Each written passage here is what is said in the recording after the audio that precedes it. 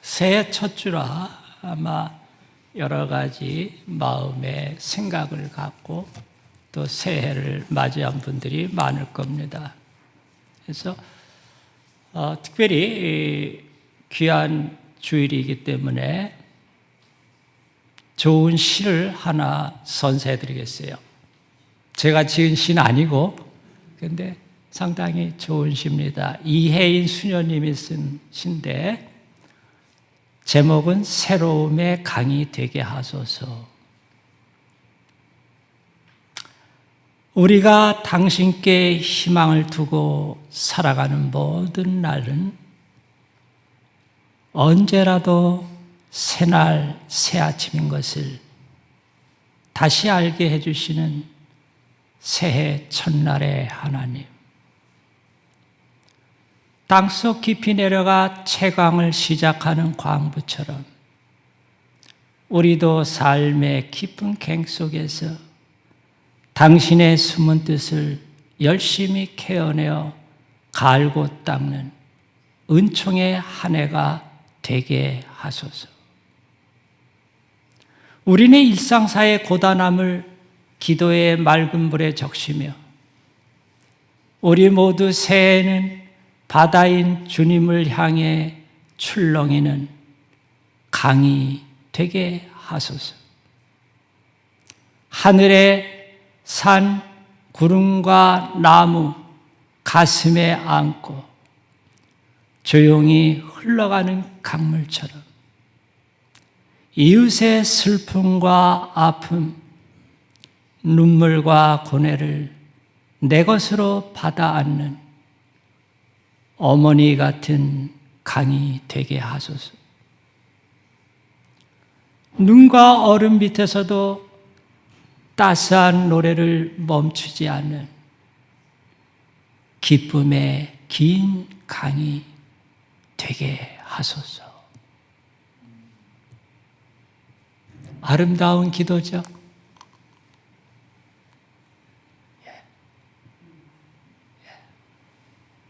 새해 여러 가지 계획과 또한 어떤 결단이 있으실 텐데 우리의 삶을 살다 보면 자원해서 새 출발을 할 때가 있고 어떤 땐 본의 아니게 어쩔 수 없이 새로운 출발을 해야 될 때도 있습니다. 어느 쪽이든 하나님의 은혜 가운데 혹은 하나님의 은혜로 새 출발하게 된다면 참으로 그 인생은 영원한 의미와 가치와 보람 있는 인생 행로가 될 것입니다. 해서 이 한 해 할 수 없이 한 살을 더 잡수신 분들 있겠지만은 부디 주님의 은혜 가운데 이 한 해를 새롭게 출발하셔서 하늘의 영원한 의미와 가치와 보람 있는 인생 행로가 되시길 주님 이름 받들어 축원드립니다. 축원드립니다.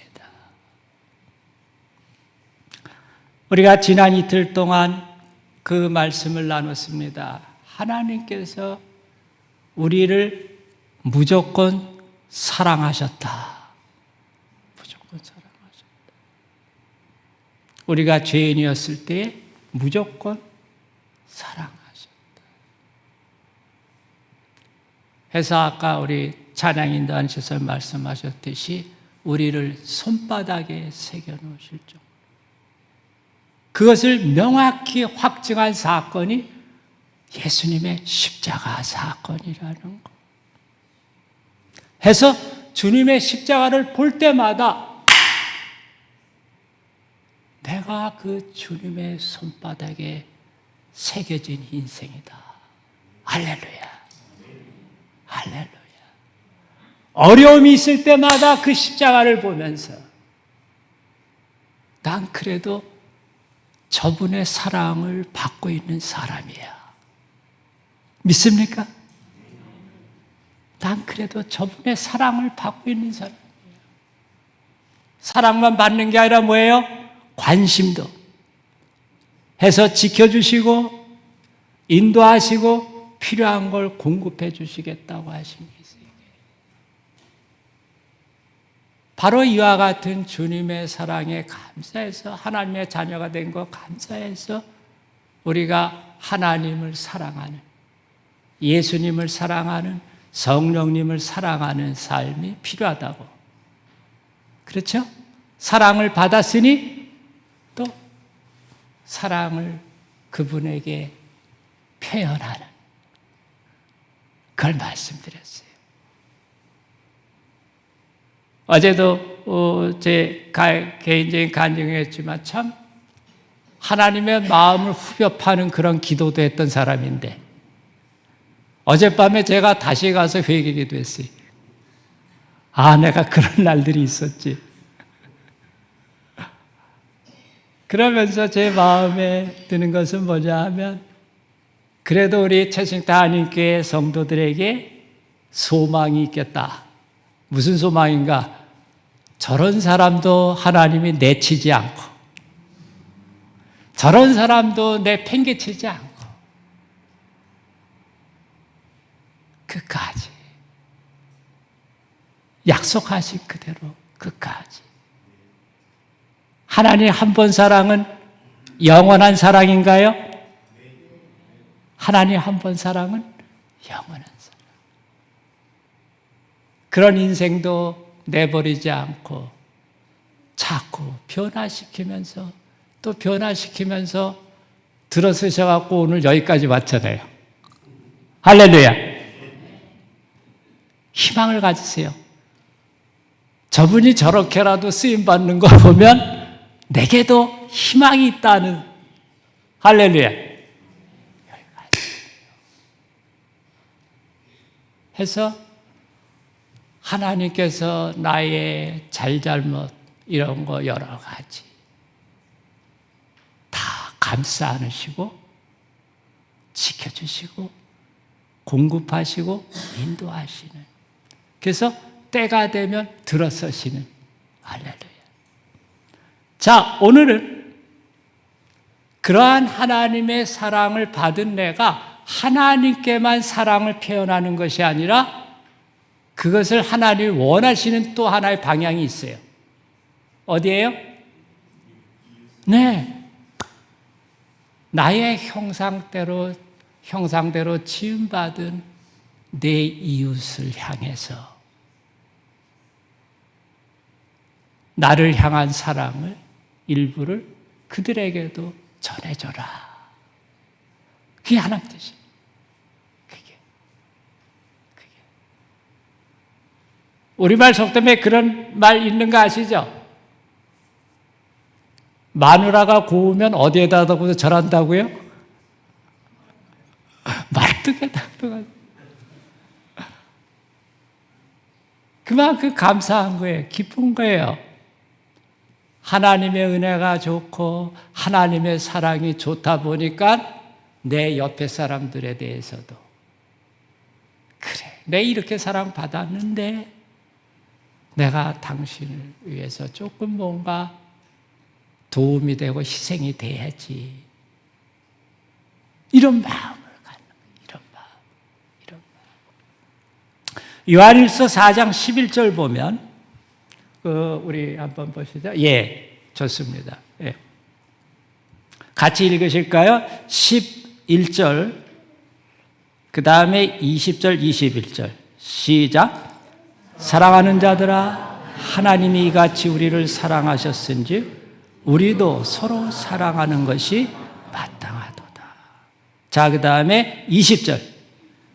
하나님이 누구든지 하나님을 사랑하노라 하고 그 형제를 미워하면 이는 거짓말하는 자니 보는 바 그 형제를 사랑하지 않은 자는 보지 못하는 바 하나님을 사랑할 수 없느니라.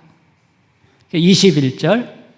우리가 이 계명을 주께 받았나니 하나님을 사랑하는 자는 또한 누구요? 형제를 사랑할지. 해서 구약의 율법의 대강령인 하나님을 사랑하고 또 내 이웃을 내 몸같이 사랑하는 이 말씀이 예수님의 십자가 대속의 사건을 통해서 같이 이렇게 연결되는 것을 우리가 볼 수 있습니다. 해서 하나님의 사랑을 예수님의 십자가 대속의 은혜를 통해서 우리가 힘입었으니 영원한 사랑을 받았으니 이제는 내 주위의 이웃을 사랑하는 것이 마땅하다는 것입니다. 해서 우리의 삶에서 다시 한번 이 세계를 잘 볼 수 있길 바라요. 여기서 이웃이라는 것은 우리 주변의 인간과 더불어 자연계까지 포함하는 만물, 아까 우리 말씀 봉독하셨죠? 그래서 만물을 회복하시는 게 하나님의 계획이에요. 그래서 지구의 어떤 환경이나 이런 여러 가지 일들에 대해서도 우리가 마음을 두고 같이 협력할 필요가 있어요.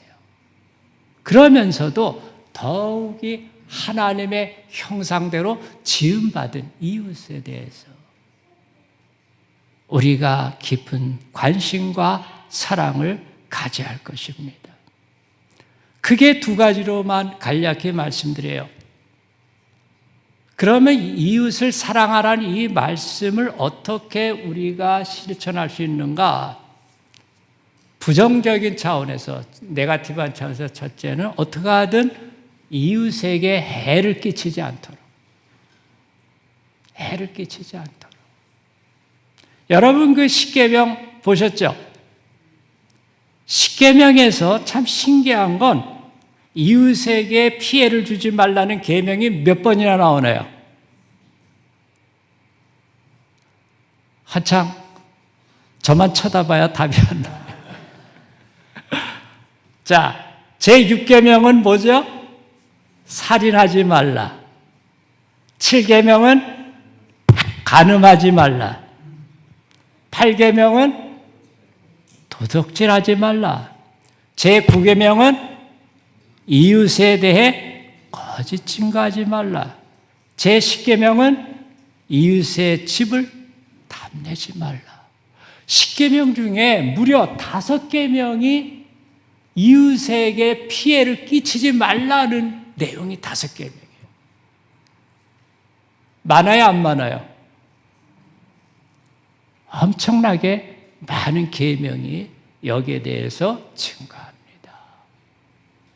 그래서 우리가 이 말씀을 보면 우리가 살아가면서 참 하지 않아야 할 일이 많이 있구나. 하지 않아야 할 일이 많이 있구나 하는 걸 느끼게 돼요. 이 여러 가지 계명 중에 제가 오기 전에 계속 말씀을 좀 묵상하고 하다가 지난주에 제6계명을 보면서 부딪혀 버렸어요. 제6계명은 뭐라고요? 살인하지 말라. 살인하지 말라. 제가 여태까지 살아오면서 아무리 사람이 좀 문제가 있다 선치라도 누구 죽인 적은 없어요. 그래 보여요?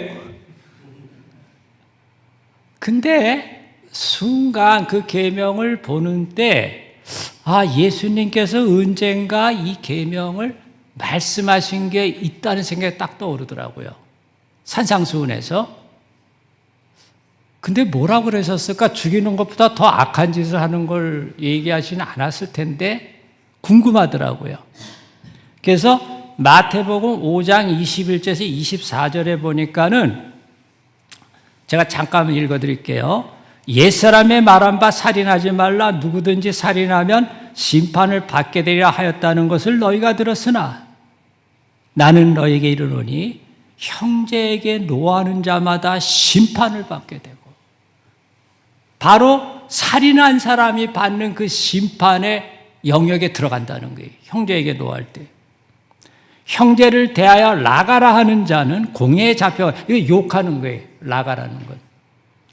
미련한 놈이라고 하는 자는 어디에 들어간다고요? 지옥불에 들어가게 되리라. 이 말씀을 보는데 순간 몇 개월 전에 어떤 교인에게 제가 뭔가 울컥해갖고 화를 낸 게 기억이 나더라고요. 물론 그 자리에서 적당히 잘 마무리하고 지났는데 제 마음에 강하게 와닿는데 하나님께서 이걸 해결하기를 채싱터 한인교회 가기 전에 해결해라 그러시는 것 같더라고요. 네가 이 말씀을 전하려면 해결해라.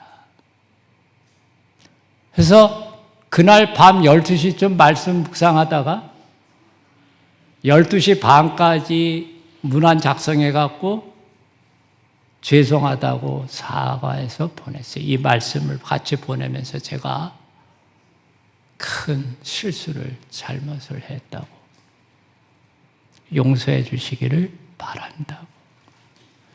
저는 옆에 사람에게 화를 내거나 노를 품는 게 그냥 일상생활에 있을 수 있는 일 정도로 알았어요.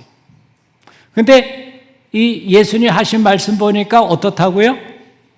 심판을 받게 되고 공회에 잡혀가게 되고 지옥불에 들어갈 정도의 죄악이라는 거예요. 그러면서 제 마음에 이런 인생을 위해서 예수님이 십자가에 못 박혀서 이러한 죄를 깨끗이 씻어주시는 거 감사합니다. 예수님의 그 십자가 사건이 이 화를 내거나 노를 품거나 하는 이 일에 있어서도 제게 효험이 되는, 은혜가 되는 걸 깊이 맛봤어요. 죄가 죄로서 더 크게 부각도 되지만은 더불어서 예수님께서 십자가가 얼마나 소중하고 귀중한 것인가. 정말 내 죄가 작은 죄가 아니구나. 그래서 그 편에 집사람한테도 제가 좀 짜증내고 안 좋게 했던 거 사과했잖아요.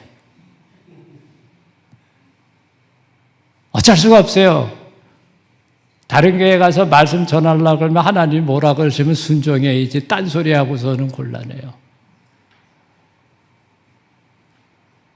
우리의 삶에 있어서 우리가 다른 사람에게 노를 바랐거나 화를 냈거나 피해를 준 게 있으면 주님 앞에 나아가서 조용히 정리해서 새 출발하시길 바랍니다. 그리고 이 새해에는 어떻게 하든 내 주변 사람들에게 피해를 안 줄 수 있도록, 피해를 안 줄 수 있도록. 예. 자, 특별히 또 한 가지 같이 강조해야 할 것이 이웃에게 피해를 안 주는 것 중에 하나가 내게 잘못한 사람을 용서해 주는 겁니다. 내게 잘못한 사람을 용서해 주는 거. 거기 마태복음 18장에 그렇게 나와 있죠. 1만 달란트 빚진 자와 100대 내려온 빚진 자. 33절 같이 읽으실까요? 33절만 시작. 내가 너를 잠깐요. 33절. 됐습니다. 시작. 내가 너를 불쌍히 여긴과 같이 너도 내 동료를 불쌍히 여김이 마땅하지 아니하냐. 주님께서 우리에게 말씀하시는 건 이거예요. 그냥 무조건 옆에 사람을 불쌍히 여기라는 게 아니에요. 용서하라는 거 아니에요. 무엇 때문에? 내가 너를 불쌍히 여긴과 같이. 내가 너를 불쌍히 여긴과 같이. 너도 그래야 마땅하지 않냐. 너도 그래요. 야.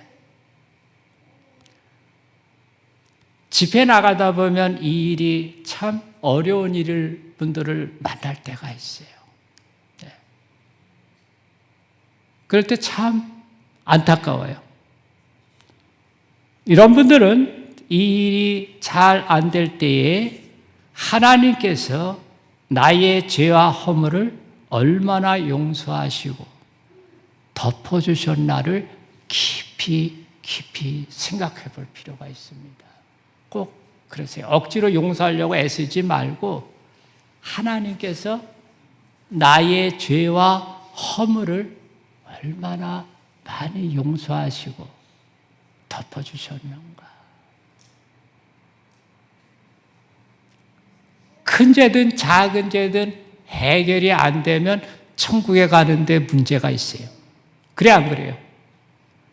큰 죄 지은 것만 죄인이고 작은 죄 지은 사람 죄인이 아니에요? 작은 죄도 죄인이잖아요. 죄인으로서 해결을 못 보면은 주님 계신 천국에 못 들어가요. 저도 화를 내고 노를 품고 그러는 것이 심상한, 그저 일상적인 살다 보면 있을 수 있는 걸로 알았지만은 그 말씀 보면서 이게 되게 큰 죄네. 이건 무턱대고 심상하게 넘어갈 일이 아니다고 강하게 자극을 받고 사과하고 용서를 받고 그리고서 예수님의 십자가의 은혜를 다시금 깊이 감사하고 이와 같은 큰 죄가 용서받은 거구나. 이와 같이 큰 죄가 작은 죄가 아닌 걸 새롭게 깨달은 해서 일단 내가 얼마나 많이 용서받고 사는 인생인가. 내가 얼마나 허물을 덮음을 받고 사는 인생인가. 그것이 보다 더 분명해지길 바랍니다. 두 번째로 긍정적인 차원에서 말씀드리면 좋습니다. 이웃에게 도움이 되는 삶. 쉽게 말씀드리면 그래요. 왜 그러냐 하면 하나님께서 제일 처음에 아담을 창조하시고 그 다음에 하와를 창조하실 때 하와의 성격이 돕는 배필이었어요. 그래서 최초의 사회관계는 돕고 도움을 받는 관계입니다. 이게 사회의 기초예요. 해서 온 우주의 사회생활은 돕고 도움을 받는 관계가 베이스가 되도록 하는 게 하나님 뜻입니다. 하나님의 계획이에요. 한번 생각해 보세요. 이 세상 모든 사람들이 서로 돕고 도움을 받고 있는 사회만 된다면 행복할까요? 전쟁과 기근과 난리가 그냥 번창하는 시대가 될까요? 어떨 것 같아요? 어느 누구나 돕고 어느 누구나 도움을 받고 그러기만 한다면 이 시대와 사회는 다를 겁니다. 그러질 못하니까 문제가 돼요.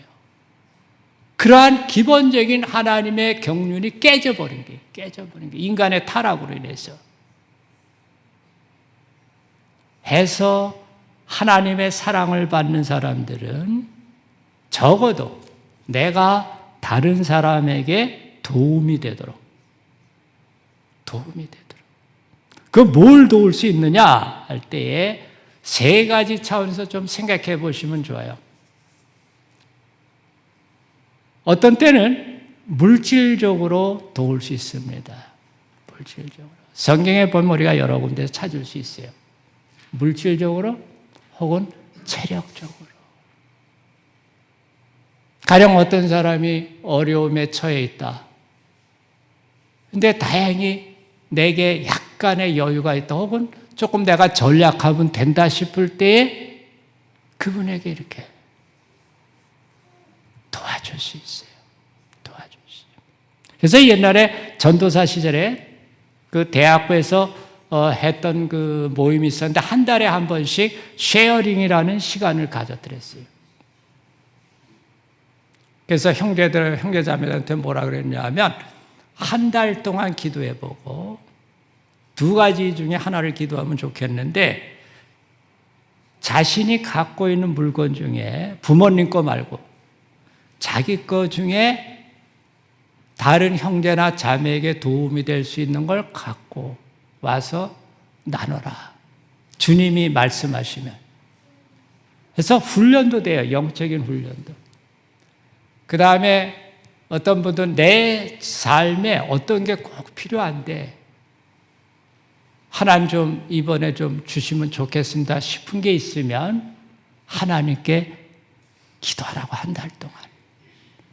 그리고서 마지막 주에 그걸 이제 눈 감고 앞에 책상에다가 다 갖고 나오게 하고 그 다음에 1학년부터 와서 자기가 한 달 동안 기도한 게 있으면 와서 찾아가라고.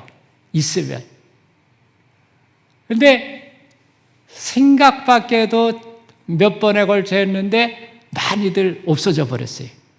그러니까 기도한 게 들어맞은 거고 또 이분은 하나님께서 남에게 나누기를 원하시는 게 들어맞는 거예요. 그 중에 제 인생에 잊혀지지 않은 게 한 두 가지가 있었는데 하나의 케이스를만 말씀드리면 그날따라 봉투가 2개가 올라왔어요. 다른 것도 있었지만 하나는 10만 원. 그 당시 큰 돈이에요. 82, 3, 4년 그럴 때인데 작은 돈이 아니라 학생들 입장에서. 하나는 얇아야 한 3천 원 정도가 되나 봐요. 그 다른 거 하면서 제 마음에 저거 하나님께 돈 구한 사람이 있다면 저 두꺼운 거 갖고 가지. 저거 분명히 3천 원짜리 안 갖고 갈 거다 이랬어요. 얼마나 제가 속되면 그래요. 근데 신기하게 기도 끝나고 각자 눈 감고 있는데 자기 기도한 거에 나왔으면 갖고 가라 그러는데 10만 원짜리 봉투는 남겨있고 3천 원짜리가 없어져 버렸어요. 신기하지 않아요? 신기하죠? 10만 원 갖고 와서 3천 원 필요하면 3천 원 쓰면 되는 거 아니에요? 3천 원이 진짜 필요하다면. 근데 어떻게 3천 원짜리 없어서, 이건 좀 룰에 어긋나지만 좀 얘기를 했어요. 혹시 이 3천 원 가져온 분 있으면 얘기해 달라고. 그러니까 한 사람이 얘기를 하고 가져간 분이 더 궁금해. 왜 10만 원을 놔두고 저걸 갖고 갔을까? 그분도 잠깐 일어나는데 한 형제가 일어난 거예요. 보니까는 우리 대학부 형제인데 그 교회가 깨져갖고 제가 전사로 갔는데 깨진 교회로 간 거예요. 그래서 이 형제가 예배당이 있는 교회 오전에 가고 우리 오후에 이제 대학부 모임인데 여기 자기 친구들 만나려고 왔는데 군대 갔던 형제예요. 와보니까 교회 깨져갖고 이런 상황이에요. 그래서 거기 가서 형제 자매 만나고 여기 와서 근데 그날따라 이제 모임이 있었는데 이 형제가 집안이 참 어려웠던 형제 같아요. 휴가는 나왔는데 돈을 꿔서 나왔어요. 차비를. 근데 돌아갈 차비가 없어. 그래서 하나님께 기도했대요. 하나님, 오늘 귀대해야 되는데 제발 차비 좀 주십시오. 3천 원이면 됩니다. 그러고 왔는데 보니까 책상 위에 3천 원이 놓여 10만 원이 중요해요? 3천 원이 중요해요? 생각하기 나름이에요. 해서 하나님 제 기도 기억해 주신 거 감사합니다 하고 3천 원을 받아간 거예요. 그리고 그날 부대로 잘 들어가서 예배 마치고 이분이 계속 은혜 받더니만 목사님이 되셨어요. 선교사님으로 일하고 계세요. 말레이시아에서 중국 지하교회에서 제가 한국 들어와서 열심히 기도하며 또 사역하는데 이 물질을 통해서 남들에게 하나님의 사랑을 표현할 수 있습니다. 해서 전략을 위해서만 전략하지 마시고 가능하면 다른 사람과 나누기 위해서도 전략하시길 바랍니다. 예. 해프게 쓰면 어려워져요. 전략해서 뭔가 나누고, 어떤 땐 체력적으로, 어떤 땐 심적으로 다른 사람들을 가능하면 위로하고 격려하는, 어떤 경우에는 도저히 말로 안 되는 경우가 있어요. 너무 힘든 경우라. 근데 그런 분을 위해서 기도하다가 어느 날 만났을 때 조용히 감사 하나만 줘도 그분이 위로받아요. 격려를 받아요. 인간에게 말이 중요한 건 맞지만 그 이상의 세계가 우리에게 있습니다. 해서 말로 표현할 수 있다면 하시고, 그게 어렵다면 위에서 기도하시는 가운데 감싸 주실 수 있길 바랍니다. 또한 영적으로 도와줄 수 있는, 영적으로. 그래서 어떤 분이 신앙생활에 어떤 그 방향을 못 잡고 오락가락하고 상당히 고난 속에 있다. 그럴 때 간절히 그 영혼을 위해서 기도하고 그 영혼에 필요한 말씀들 공급해주고, 그러다 보면 그 영혼이 살아나는 걸 봐요. 세임받는 걸 봐요. 그래서 어느 쪽이든 좋아요. 어느 쪽이든. 물질적이든 심적이든 또 영적이든 해서 내가 이웃을 위해서 돕는 거. 그래서 이런 분들에게 제가 말씀드리는 건 너무 부담을 갖지 마시라는 거. 내가 할 수 있는 데서부터 도울 수 있는 범위에서 어느 거든지 시작하시라는 거. 어느 것이든지. 하나님이 도와주실 겁니다. 하나님 도와주실 거예요. 때가 되면 이런 분들 통해서 그의 삶을 통해서나 죽음을 통해서든, 그의 삶을 통해서나 죽음을 통해서든 이웃을 사랑할 수 있게 될 겁니다. 우리 채식당 한인교회 말씀을 준비하면서 교회에서 우연히 어떤 책을 봤는데 조이스 럽의 Praying Our Goodbyes라는 책을 우연히 예배당에서 보게 됐어요. 그런데 앞에 서문을 보면서 이게 주로 사별한 사람들을 위한 기도예요. 사별의 슬픔이 있어요. 아무리 그분이 잘 돼서 천국에 갔을지라도 나와 헤어졌다는 건 크나큰 아픔이고 상실입니다. 괴로움이 있어요. 그래서 아마 그런 분들을 위한 기도를 이제 한 것 같은데, 거기에 증정 문구에 보니까 그 밑에 아버지와 또 어떤 동료 수녀에게 한 것 같은데, 그 동료 수녀에게 어떤 감사를 표현했냐 하면, 그녀가 살았을 때의 용기와 또한 그녀가 죽을 때 그 용기가 내게는 복이 되었다. Has blessed me. 해서 사나 죽으나 우리에게, 이웃에게 도움이 되는, 삶뿐만 아니라 죽음마저도 다른 사람에게 복이 되는, 할렐루야. 그래서 새 기도 제목 중에 하나를 좀 잡으시면 좋아요. 좀 장거리 계획인데, 하나님, 제가 살아있을 동안에도 물론이지만 제가 죽을 때도 주위 사람들에게 복이 되게 하옵소서. 제가 살았을 때도 그렇지만 내가 이 땅을 떠날 때도 주변 사람들에게 복이 되게 하옵소서. 이왕이면 그렇게 살다 가고 싶지 않으세요? 이왕이면. 떠나는 순간마저도 주변 사람들의 은혜가 되고 복이 되는, 할렐루야. 우리 귀한 한국 초기에 선교사님 그 간증이 있어서 잠깐 나누고 마치겠습니다. 예. 틀어주시죠.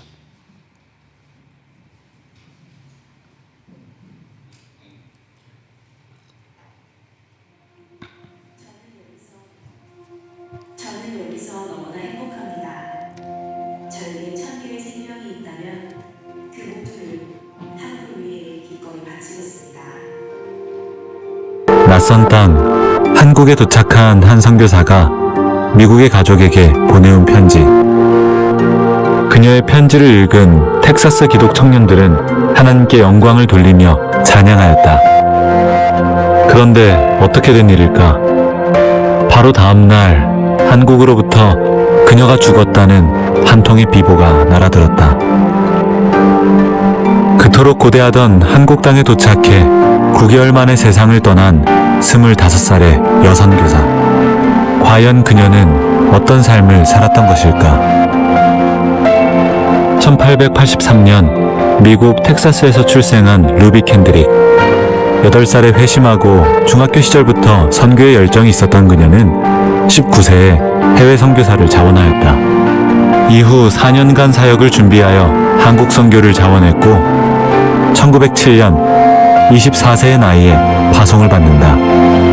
복음의 이야기를 전하는 즐거움은 그 어떤 희생도 삼켜버릴 것입니다. 9월 말 한국에 도착한 캔드릭은 송도에서 사역을 시작한다. 주일학교에서 영어를 가르치고 병든 아이들을 간호하며 복음을 전했다. 그녀의 진실된 사랑은 많은 이들의 마음을 열게 했다. 그러던 어느 날 한국에 온 지 9개월 만인 1908년 6월 캔드릭은 급성 맹장염에 걸렸고 결국 하나님의 품에 안겼다. 이때가 꽃다운 나이 25세. 그녀는 동료 선교사들에게 시신을 한국에 묻어달라고 한다. 만약 제가 한국을 위해 죽는 것이 하나님의 뜻이라면 저는 기꺼이 하나님 나라에 갈 준비가 되었습니다. 만약 제가 죽거든 텍사스 기독 청년들에게 10명씩, 20명씩, 그리고 50명씩 한국에 오라고 전해주세요. 이것은 루비 캔드릭이 남긴 부탁이었다. 허망하게 끝난 것 같은 캔드릭의 죽음. 그러나 하나님은 놀라운 새 일을 준비하고 계셨다. 캔드릭의 진실한 호소에 많은 고향 청년들이 강렬한 도전을 받았고 그 지역에서 200명 이상이 회심하고 37명의 젊은 남녀가 주의 종으로 헌신했다. 6명의 여선교사들은 한국 선교를 자원하여 그녀의 뒤를 이어 사역을 감당하였다. 고향 텍사스에서는 루비 캔드릭 기념 모금 운동이 활발하게 일어나며 한국 선교를 지속적으로 후원했다. 그녀의 죽음은 한국 선교에 더욱 불을 지피는 중요한 계기가 되었다.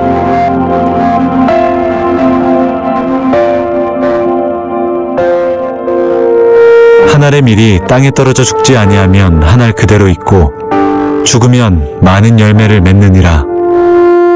25년의 짧은 생애 속에서 1000년보다 가치 있는 삶을 살아낸 루비 캔드릭. 한 선교사의 죽음은 한국 선교의 소중한 미랄이 되어 오늘날의 한국교회를 형성하는 중요한 밑거름이 되었다. 값진 희생을 통해 예수의 생명을 받게 된 우리. 복음의 빚진 자로서의 우리가 감당해야 할 거룩한 몫이 남아있다. 죽음보다 강한 그리스도의 심장이 우리 모두의 가슴에 그리고 한국교회 위에 부어지기를 기도한다.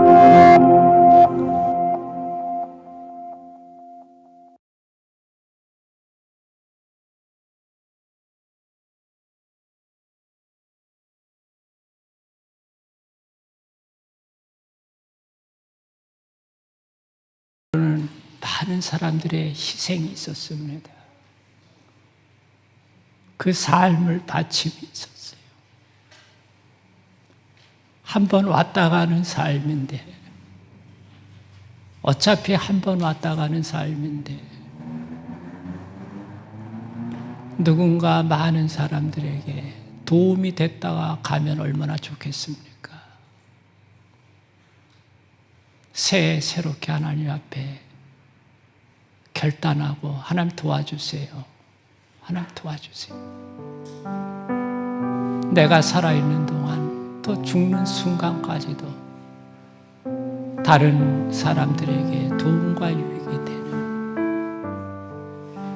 해서 하나님께도 사랑을 표현하지만은 내 가족과 이웃에게 그 사랑을 마음껏 표현하다가 갈 수 있게 해달라고 이 시간 잠깐 합심해서 기도합니다.